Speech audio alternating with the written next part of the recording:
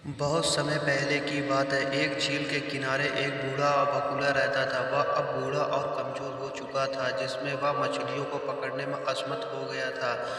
भूख के कारण उसकी हालत दिन ब दिन खराब होती जा रही थी। वह सोचने लगा कि अपनी भूख मिटाने के लिए क्या उपाय किया जाए। एक दिन उसे एक चालाक योजना सूझी। वह झील के किनारे उदास बैठ गया और गहरी सोच में डूबने का नाटक करने लगा। झील के अन्य जानवरों ने उसे इस हाल में देखा तो उन्हें चिंता होने लगी।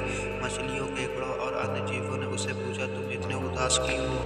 बगुले ने गहरी सांस लेते हुए कहा, मेरे बच्चों, मैंने सुना है कि इस झील का पानी जल्द ही सूखने वाला है। मनुष्य यहाँ एक बड़ा बांध बनाने वाले हैं, जिससे इस झील का पानी खत्म हो जाएगा। फिर तुम सब क्या करोगे? मुझे तुम सबकी बहुत चिंता हो रही है। यह सुनकर सभी जानवर डर गए, आपस में चर्चा करने लगे। उन्होंने बगुले से उपाय पूछा। बगुले ने कहा, मैं तुम्हारी मदद करना चाहता हूँ। यहाँ से थोड़ा दूर एक बड़ी झील है, जिसमें भरपूर पानी और खाने की चीजें हैं।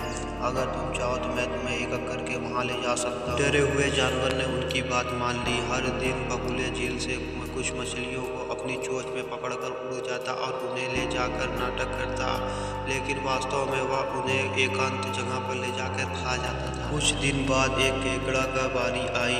बगुले ने उसे भी अपनी चोंच में पकड़ा और उड़ने लगा, लेकिन इस बार केकड़ा सतर्क था। उड़ते समय उसने देखा रास्ते में कहीं झील नहीं आ रही, बल्कि मछलियों की हड्डी का ढेर पड़ा हुआ है। केकड़ा को सच्चाई समझ में आ गई। केकड़ा ने तुरंत अपनी सूझबूझ का इस्तेमाल किया। उसने अपनी मजबूत पकड़ से बगुले की गर्दन पर चुटकी काटी और कहा, तुमने मुझे नीचे गिराने की कोशिश की तो मैं तुम्हारी गर्दन काट दूंगा।